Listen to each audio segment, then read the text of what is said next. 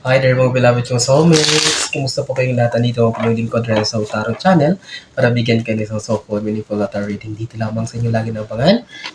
Sinusubaybay at pinakamahal na Renzo Tarot Channel.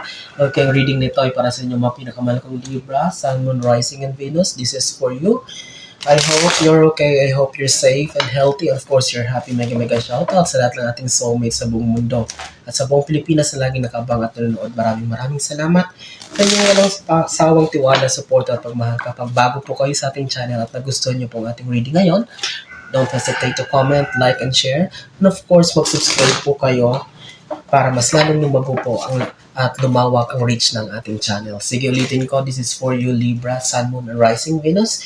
Takes what only resonates for you, and kapag di ka nakarasanig, hanapin yung energy nyo sa ibang reading natin at sa mga ibang readers dito sa YouTube. Sige, last one pa po for you, Libra, Sun, Moon, Rising. Kunin na natin ang iyong 10 baraha. Okay. Spirit Universe, Spirit Guides, Angels, Ancestors, 10 cards please for Libra. Okay? Meron na tayong 3. So, 7 cards, Spirit Universe, Spirit Guides, Angels, Ancestors, 7 cards please for Libra. Sun, Moon, Rising, Venus. Okay? Maraming salamat po sa inyong walang sawang tiwala, support at pagmamahal. And I hope na mag-continue po na mas lalong lumawak po ang ating channel para mas marami po tayong matulungan. At hindi po ako magsasawang magpasalamat sa inyong walang sawang tiwala, suporta, pagmamahal. Simula noon hanggang ngayon, hindi niyo po ako iniwan. Lalong-lalo na sa ating pagbabalik. And medyo natagalan tayo bago muling nakabalik. But here you are, nakaka-overwhelm, kakataba sa puso ang inyong suporta. Okay, napakarami naman. Isa na lang kukunin natin. Last one card for you, Libra, Spirit Universe, Spirit Guides. Ayun. Madami pa rin. Isa lang please. Spirit Universe, Spirit Guides. Angels, Ancestors. Please, one card please. Kunin ko to sa dulo. Okay? Libra, your 10 cards are now complete. I know that you're so excited like me. Let's begin. Tingnan natin. Oh, Ace of Wands. So Libra, expect a very beautiful transformation, new beginning for you. Panibagong opportunities that will arise. Maybe you're looking for a sign kung magpapalit ka ng trabaho, maghahanap ka ng trabaho, matatanggap ka sa interview, or whatever. So you're waiting for a sign for approval, promotion, good news about the application that you have done. So expect a very positive result with this Ace of Wands. So no, this is good news, this is success and new beginning. So we have also, wow, ang gaganda. Moon, clarity. So, this is a very beautiful cosmic card. Walang may tatago, Libra. Expect na marami kang matutuklasan, marami kang malalaman sa mga tao sa paligid mo. Maybe there are some betrayals or may mga kutob ka na parang nanghihingi ka lang ng perfect timing para malaman ito, or maybe may kutob ka sa mga kaibigan, family members na parang, tinatraidor ka, or maybe they are doing something bad for you. Don't worry because this moon card will reveal everything. Ilalahad ang lahat para sa Libra, para malaman mo. And of course, this moon, Libra, for you is that maraming malalahad na katotohanan. Kailangan mong tanggapin ito ng buong puso. It's because this is the reality. Walang may tatago.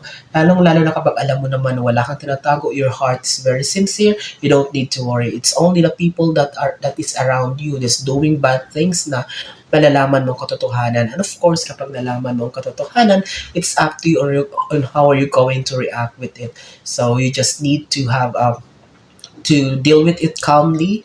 Kailangan maging mahinahon lang o kapag kahit nalaman mo ang katotohanan, at least malinaw ng lahat or clear na para sa iyo. Okay? So, we have the Queen of Pentacles. In terms of money, you are stable. There will be stability for you. Libra, magiging maganda ang takbo ng pera sa iyo because here, you're holding a pentacle and, actually, I can see her na parang mga Libra na nasa state na ng parang, kumbaga, kota na kayo, marami na kayo naipon, marami na kayo napunta. You just want only to, kumbaga, mag-relax na. You want, actually, nakikita na natin dito mga Libra na gusto na mag-early retirement or parang gusto na mag-settle in a very earliest time kasi gusto nyo na mag-relax. You have everything, kumbaga, napatapos nyo yung mga anak nyo, mga kapatid nyo. So, ano pa ba nga hanapin nyo, Libra? So, you want now. But in terms of money, or finances, it's not a question for you, hindi na to question para sa it's because kahit pa paano naging magaan na or naging maluwag na ang lahat para sa iyo. We have also here Four of Cups. So Four of Cups, I Libra expect some offers. So partnership, but I can see here also Libra ng mga single, may mangliligaw, may mag-offer ng relationship or they will be opening or relaying their feelings for you Libra. So don't be surprised about it. And at the same time, so in terms of careers and finances, expect collaboration. There are some people na offer sila ng kumbaga partnership sa'yo or maybe kung hindi man literally na parang partnership, they will kumbaga hihingi nila yung expertise mo tungkol dyan kasi parang nakita nila na galing kasi isang bagay so lalapit sila sa'yo. So there will be offer also promotion if you are working on your promotion. So expect a very positive result with it. Kung ano man, Libra, this is a very good news for you and you need to claim it. Okay? Kapag hawakan mo, it's because bakit ka nasabi napaka-positive? Kasi lumabas yung the moon card. So, malinaw, walang tinatago. At the same time, yung unang barahan natin, Ace of Wands, which is success, new beginning for you. So, meron din tayong Page of Swords. So, Libra, you will be so confident now. Wala ka nang kakatakutan. Wala ka na raw kumbaga kinukonsider hindi ka na nagpapapekto sa mga sinasabi ng ibang tao. So, you're facing the reality full of confidence, filled with so much energy. So, here you are, kumbaga, okay, I don't care. Parang ganun. Wala na akong pakialam sa inyo. Magalit kayo, magalit sa akin. I don't care if you cut me off, if you don't get me on your circle. Parang ganun ang motto mga Libra. So, parang ang gusto mo sabihin is all I wanted now is uh, to value or to love myself, parang ganon, or to value those only people that is really sincere or true to me, who really valued me, pinapahalagahan ako, parang ganon ang gusto mo ngayon. So, gumigising ka, pumapasok ka sa trabaho, o kung ano man yan, but punong-puno ka ng pag-asa, punong-puno ka ng confidence na to the point na parang you don't care now kung ano nangyayari sa paligid, parang hindi ka na nakikisalamuha. I'm not saying salamuha, but parang pag may narinig kang chismis, may narinig kang sige, okay, parang ganun ka na ngayon. So, parang deadma ka na. Kasi ang focus mo ngayon is on how are you going to make things productive para sa'yo. Only yung pofokusan mo lang, Libra, yung mga bagay na makakatulong o makakakontribute sa paglago or growth mo sa person. So, Two of Pentacles, balance. Kailangan mong balansehin ang mga bagay-bagay not only in finances, hindi lang sa pera. Kailangan mo din balansehin yung oras mo, yung energy mo. Baka mamaya naubos mo, dinidrain mo yung energy mo Libra sa kakatrabaho, sa kakahanap buhay, business, puro pati yung mental health mo ay hindi na okay. So, you need to find your balance. It is very important, Libra, na hanapin natin ang sarili natin sa gitna ng balanse. Kasi kapag hindi balanse ang lahat ng bagay, baka mamaya, what is the use of money for you? What is the use of finances or stability kapag hindi naman healthy ang katawan mo, kapag hindi naman healthy ang pag-iisip mo? Okay? This is very important kasi ayan, may waves sa likod. Baka mamaya, hindi maganda yung pagdanan mo in terms of health, physically, mentally, and emotionally. So you just need, it is very important or it is necessary na alamin mo kung saan mo hahanapin ang balanse. At least, planuhin, mag-schedule na ganito, ay hindi ako magsama ganito, magsasara ko ng tindahan. Or hindi ako muna magbubukas, pag-beach muna kami, parang ganun. Or maybe, 1 month, travel ako, at least to regain your energy or to recharge the negative energy na kasalukuyan mo or maybe that you've experienced for the past weeks and days. So, Queen of Swords, okay? Talagang pinapatunayan lang na talagang you are in the state now, Libra, na you really don't care.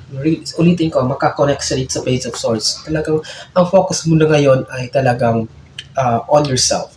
But this Queen of Swords, I can see her a very confident commander. Parang, parang aside from the confidence that you have, people will be following you to the sense na magaling kayo sa pag-lead.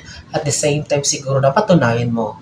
It's because before there are some questions or doubts pa para sa pamumuno mo or sa pagiging boss mo, pagiging manager mo, or leader mo, pagiging parents mo, pagiging breadwinner mo. But now you have proven it, napatunayan mo that you are worthy of that command na kung ano man yan.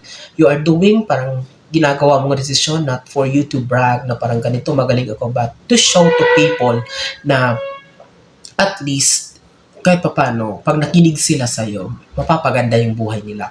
Or parang ganun na, I'm not saying na irespeto nyo ako, parang I'm not saying na gawin nyo akong bayani or whatever. What I only wanted is mapaganda ang buhay nyo kapag nakinig kayo sa akin. Parang ganun sa mga kapatid mo, sa mga kaibigan mo, you're like, ikaw yung lalapitan para sa mga advices, ikaw yung hihinga ng mga ideas. It's because you have proven your integrity na patunayan mo na talagang lahat ng sinasabi mo, lahat ng ginagawa mo ay talagang nangyayari or talagang you're doing it. Not only hindi lang ka lang puro salita, Libra, talagang napapatunayan mo sa gawa.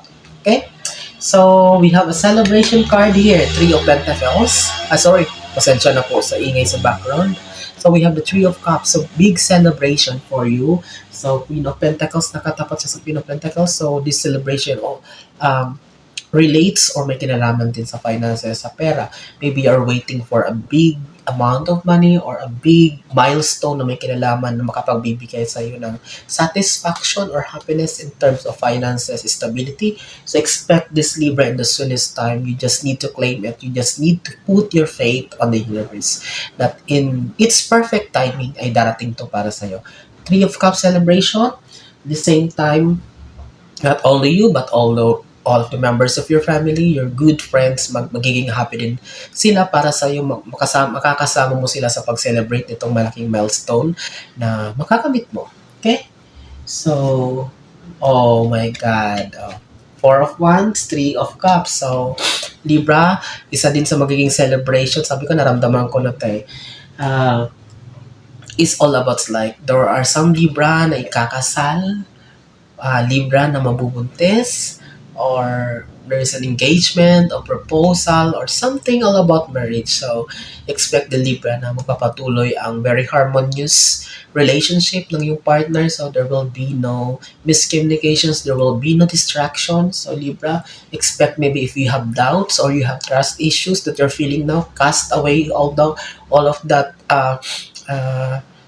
what is this doubts, kasi with this four of sword or four of wands, you have a very good, a very blossoming relationship. At the same time, Libra, there are some ulitin ko, may kakasal, may mabubuntis, may mag-engage, may there's a proposal. So anything kind of relationship na parang it's all about happiness for you, Libra. Congratulations. It's kasi magkasunod din sila ng celebration. So, yan. Yan din, isa din yung isa-celebrate nyo. Maybe anniversary, wedding anniversary, o kung ano man yan. King of Wands.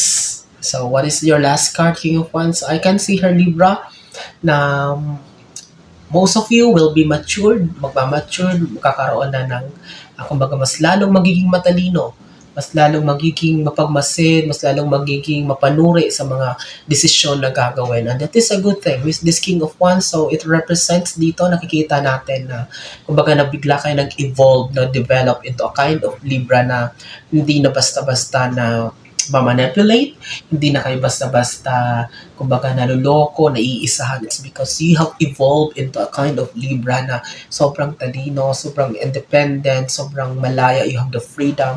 So talagang pinag-aralan nyo to, at talagang sa lahat ng mga pinagdaanan yung failures, mga pressures, hardships, and you rise up to the occasion na nagpasan nyo. Talagang pinatunayan nyo na nagtagumpay para kayo. That's why, kumbaga, any kind of situation na maaaring kaharapin nyo, talagang you're going to ace it, you're going to deal it, kaharapin nyo to full of confidence and kumbaga with full maturity, Libra.